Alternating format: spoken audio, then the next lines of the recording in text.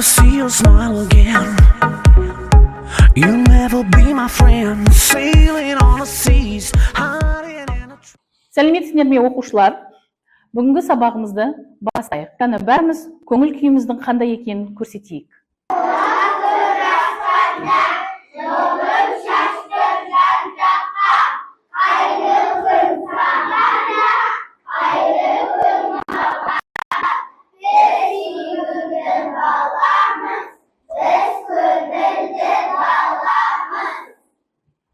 Балалар, онда осындай жақсы көңіл күймен, сүйкімді болып, көңілді болып сабағымызды бастайық. Өткен сабақта біз сендермен қандай жарық түрлерін өттік?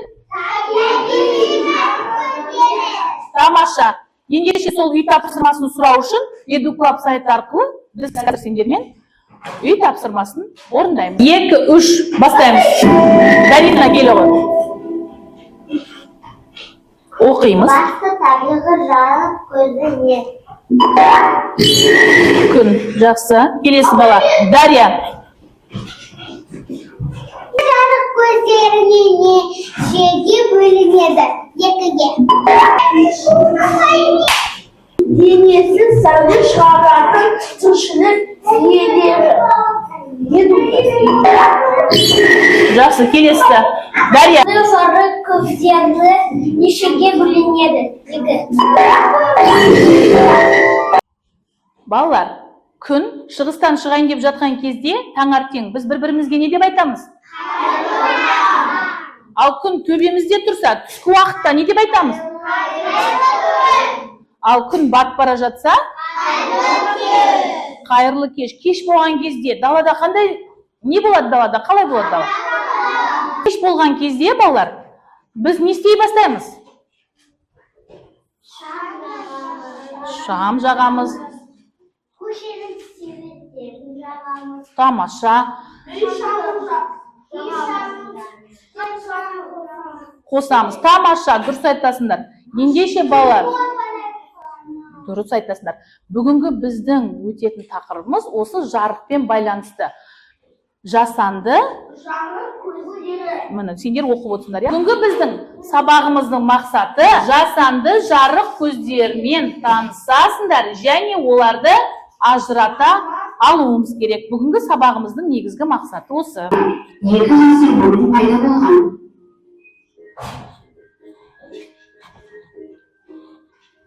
Жасанды жарық көздерін адамдар күнделікті пайдаланады. Майшамды пайдаланған. Қазіргі уақытта жарықты электрдің көмегімен аламыз. Адамның қолымен жасалған жарық көздерін жасанды жарық көздері деп атайды. Жасанды жарық көздерін адам келесі видеоны тыңдаймыз. Сынып бөлмесіндегі жасанды жарық көздерін ата. Олар не үшін қажет? Табиғи жарық көзін ата. Театр сахнасында көрініс қойылады. Қараңғы сахнаға арнайы жарық түсіріледі. Мұнымен айналысатын маманды жарық операторы дейді. Балалар, жаңа естідіңдер, я Топ IQ платформасында айтты. Сынып бөлмесіндегі жасанды жарықты айтып жүріңдер, қай жерде жасанды жарық тұр? Ақжан. Үстідегі шам жанып тұр, я төбеміздегі шам, жақсы. Аяла, жауап бере ғой. Қол шамы бар, жақсы, сыныпта міне үстелдің үстінде. Айша. Үстел шамы, тамаша. Тағы қандай шамды көріп тұрмыз? Айта ғой. Балалар, жаңа бейне жазбада айтты. Сахнада жарық түсіретін адамды кім деп айтамыз? Кім деп айтамыз? Бексұлтан? Бексұлтан, айта ғой. Жақсы. Тамаша, ала ғой. Жауап берген балаларға Топ IQ-дің эмблемасын берем балалар. Мына осы арқылы сендерді бағалап жатырмыз. Балалар, қазір бірінші топқа тапсырма үстел шамының қай жақтан түсетінін зерттеп көреді. Бірінші топқа үстел шамы оқушыға қай жақтан түсу керек, соны зерттейсіздер. Екінші қатардағы оқушыларға мынандай суреттер беремін, және оны сендер ажыратып мына жерге жапсырасыңдар. Табиғи жарық көздері, жасанды жарық көздерін ажыратып жабыстырып бересіңдер. Тапсырманы. Үшінші топтағы балалар, сендерге тапсырма. жарықтың пайда болу кезеңдерін орналастырасыңдар. Мына жерде әртүрлі жарық көздері бар, соны жабыстырып шығасыңдар. Ең бірінші қандай жасанды жарық көзі пайда болды? Соны зерттейсіңдер. Егер бала оң қолмен жазсам, жарық сол жағынан түседі. Егер бала сол қолмен жазса, жарық оң жағынан түседі. Тамаша. Неге бізге үстел шамы қажет деп ойлайсыңдар? Өйткені дәптерді көру үшін. Тамаша. Аял айтшы. Көзі көру үшін пайдалы. Тамаша.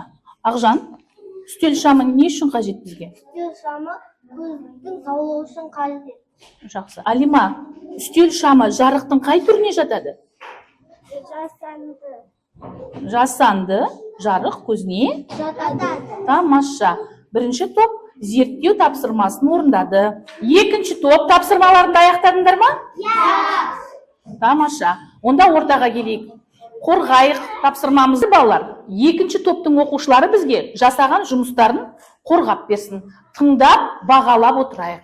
Табиғи жарық көзіне жататын медуза, күн, жарқырау қоныш. Жанды жарық көздеріне жататын рәсім шамы жатады, бағдар шам жатады, май шам жатады, аспаз шам жатады, үстел шамы, қол шамы. Жақсы. Жасанды шамдардың, жасанды жарықтардың табиғи жарықтардан қандай айырмашылығы бар? Табиғи жарық көздері өзі жанады, жасанды жарық көздерін адамдар жасайды. Балалар, екінші топ тапсырмасын қалай орындады?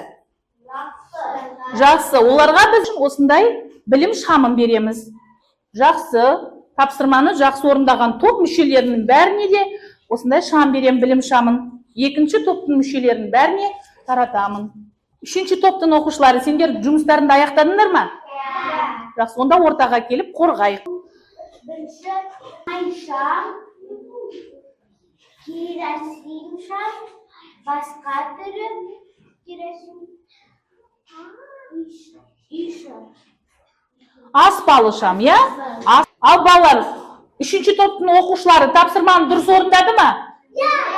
Я. Пайда болу тарихын дұрыстап айтты ма? Ендеше балаларды бағалап білім шамын беремін. Балалар, енді жұмысымызды аяқтап болсақ, біз қазір бір кішкене сергі балайық. Келіншек күйін ритмикалық жаттығу арқылы орындайық.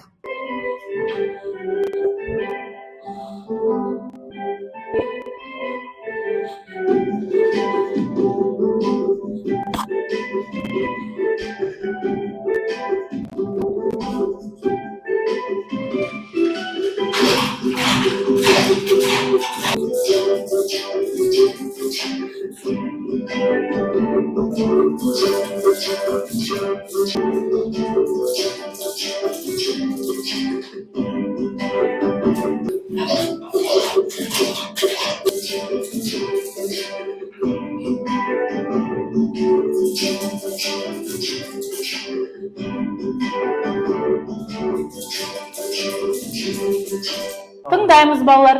Сөздерді дұрыс қойып, мәтінді толық қосу шық. Сөздерді дұрыс қою үшін мен тақтаға қазір Бектиярды шақырам.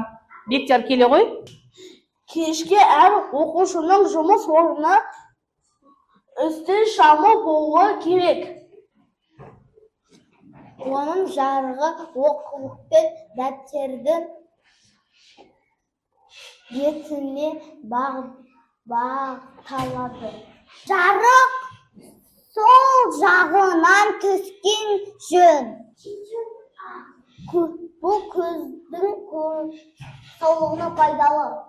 Тамаша. Жанатын шамдар 2 ғасыр бұрын пайда болды. Жасанды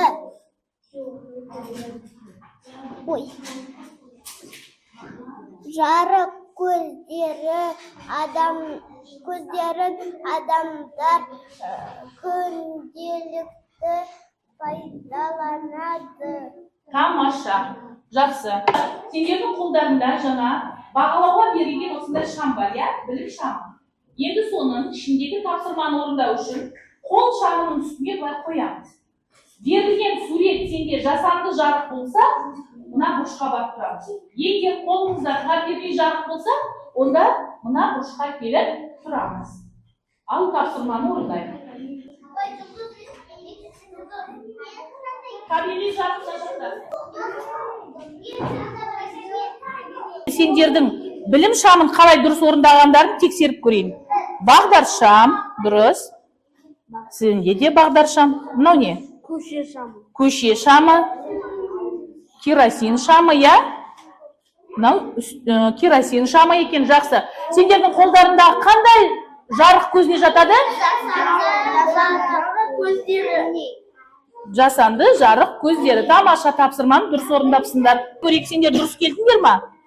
Дұрыс, күн екен. Сенде жарқырау қоңыз. Сенде не бар? Жұлдыз. Не зат мынау? Жұлдыз. Тұра қойыңдар. Бүгінгі сабақта не білдік? Не үйрендік? Қандай тапсырма орындаған сендерге ұнады? Қазір сабағымызды қорытындылайық. Кәні айтып жеріңдер маған. Кімге не ұнады? Дарья. Маған әртүрлі тапсырмалар ұнады. Білем шам ұнады. Маған бақа ойын ұнады. Маған топ айти ұнады. Маған топпен жұмыс жасаған ұнады. Маған видео тыңдаған ұнады. Енді біз қазір сендермен жасанды жарық көзі бағдаршаммен сабағымызға кері байланыс алайық. Алима. Түсінікті болса, жасылды басамыз. Маған сабақ ұнады. Мен сабақты жақсы түсіндім. Көрсетеміз. Баса ғой. Маған сабақ ұнады. Тамаша. Келесі. Айару келе ғой.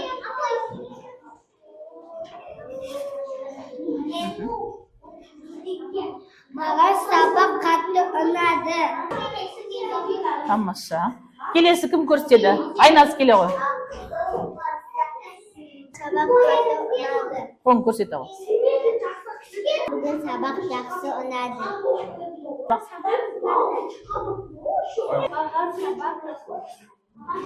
Ұнады ма сабақ?